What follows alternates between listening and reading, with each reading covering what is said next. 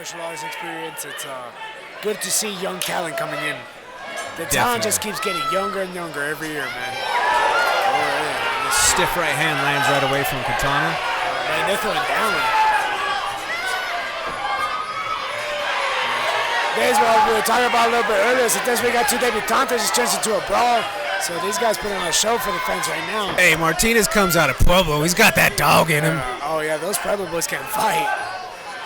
Trained with a couple Pueblo boys myself. I never liked those rounds. Always tough. Always tough. Steel City, baby. Yes, sir. We got Pueblo's very own commentating over here next to me. Yes, sir. Guys, yeah.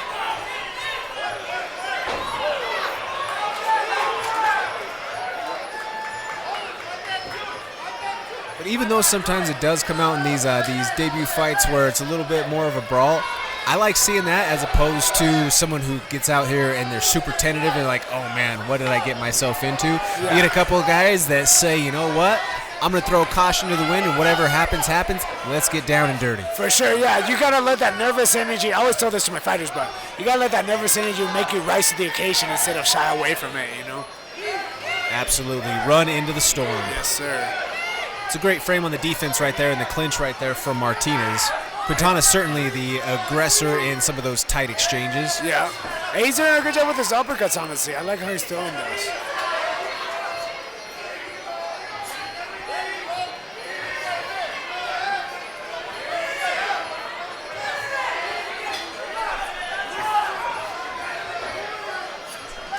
Knee offered on return there in the clinch from Martinez. He's doing some good body work. It looks like he's hurting him to the body.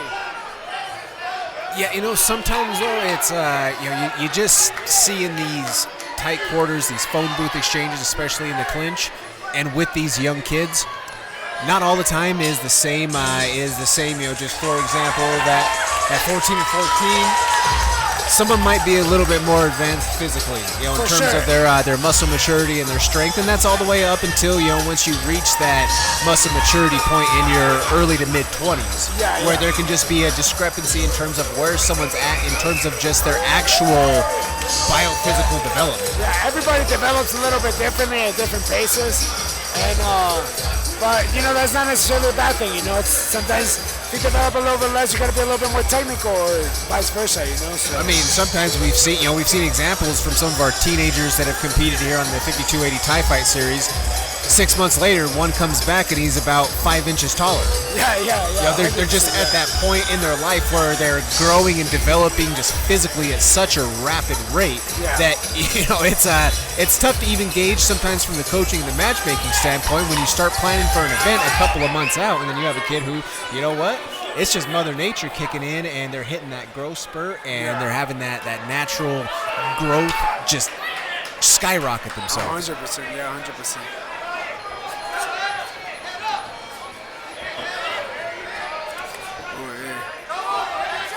Ooh, big kick right there, but it caught. Yeah. I was just about to say, I'd like to see Martinez stop leaning so much. Good pickup on the intel there from Quintana to read that. Good mouthpiece washed off real quick.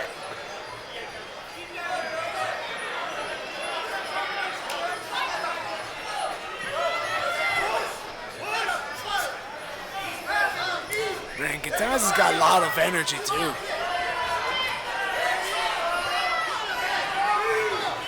Now, you're seeing a lot of big punches, big swings and misses that are coming from Exzden Martinez's side, which is leaving him out of position at times. You know, he's throwing and you're seeing him slip a little bit because he's throwing with full tilt, you know, full energy, and when he's not landing, there's nothing to meet that resistance when he's throwing full tilt. Yeah, he's just he's falling over with him a little bit. But I mean, Quintana's being so aggressive that he just wants to throw something hard to get him off him, you know, but it's not working out so far. I love the spirit, I love the aggression, but it's just right now Quintana is having answers. Yeah. That was a beautiful knee right there to the body. That should be scored a knockdown. He's just a little too physical for the Martinez calling a slip. I thought that might have been, he was going down from the knee to the body, but referee didn't see it that way. Yeah, It's up to the referee's discretion.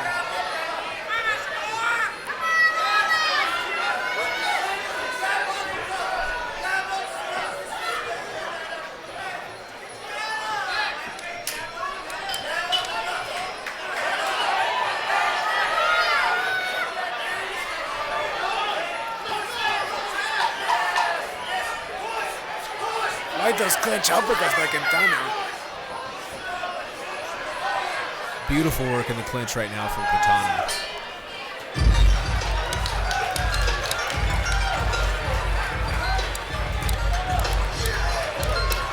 Now, it's been an interesting day on the cards at times so far, so we naturally never know what it's looking like when it goes to the judges' scorecards, but one would have to think that right now, Ollin Quintana has the advantage right now as far as the decision coming in the third round.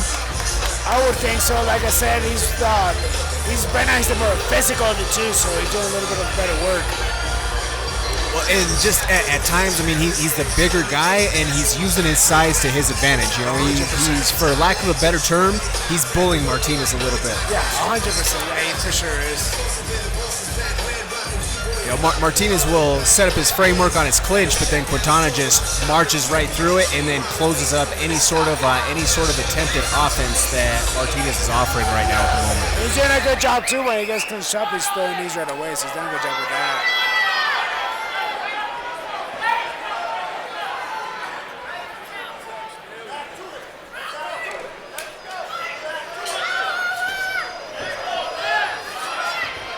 Good rotation and finding the knee right there from Quintana, but damage off of the break by Martinez. Couple of big hooks land from Martinez.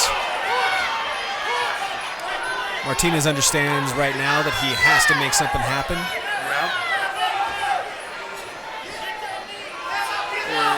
Man, that is beautiful framework right there on the clinch work from Quintana, though. Man, you can just really tell the physicality is making a difference.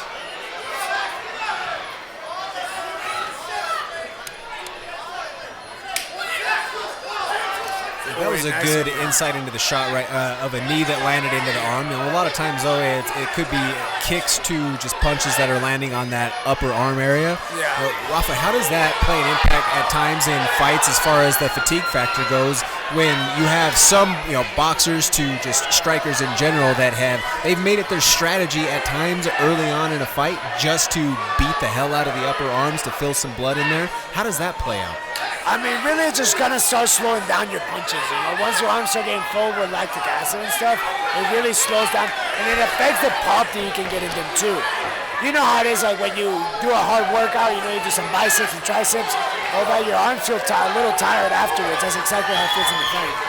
And we have our first knockdown right there from tight quarters, scored in favor of Ollin Quintana.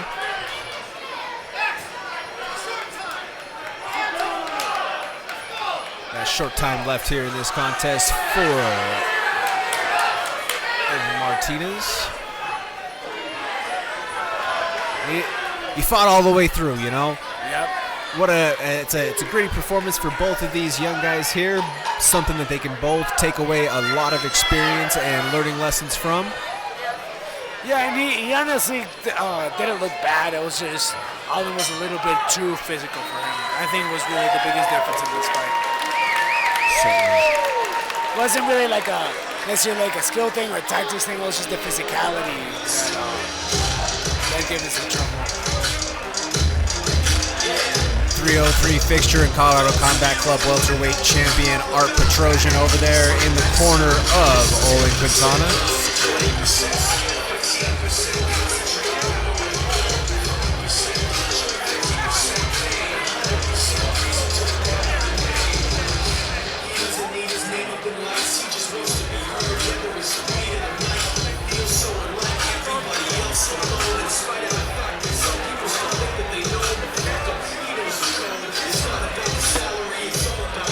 And we've certainly got no shortage of fighters that are veterans of the Colorado Combat Club cage, as well as 5280 Thai Fight Series ring here in the crowd today. We have the Mile High Menace Nick Montez, as well as Sammy Carr in the house.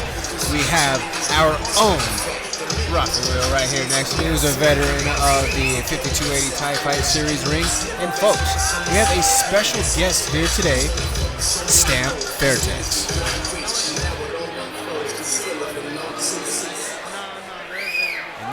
official decision.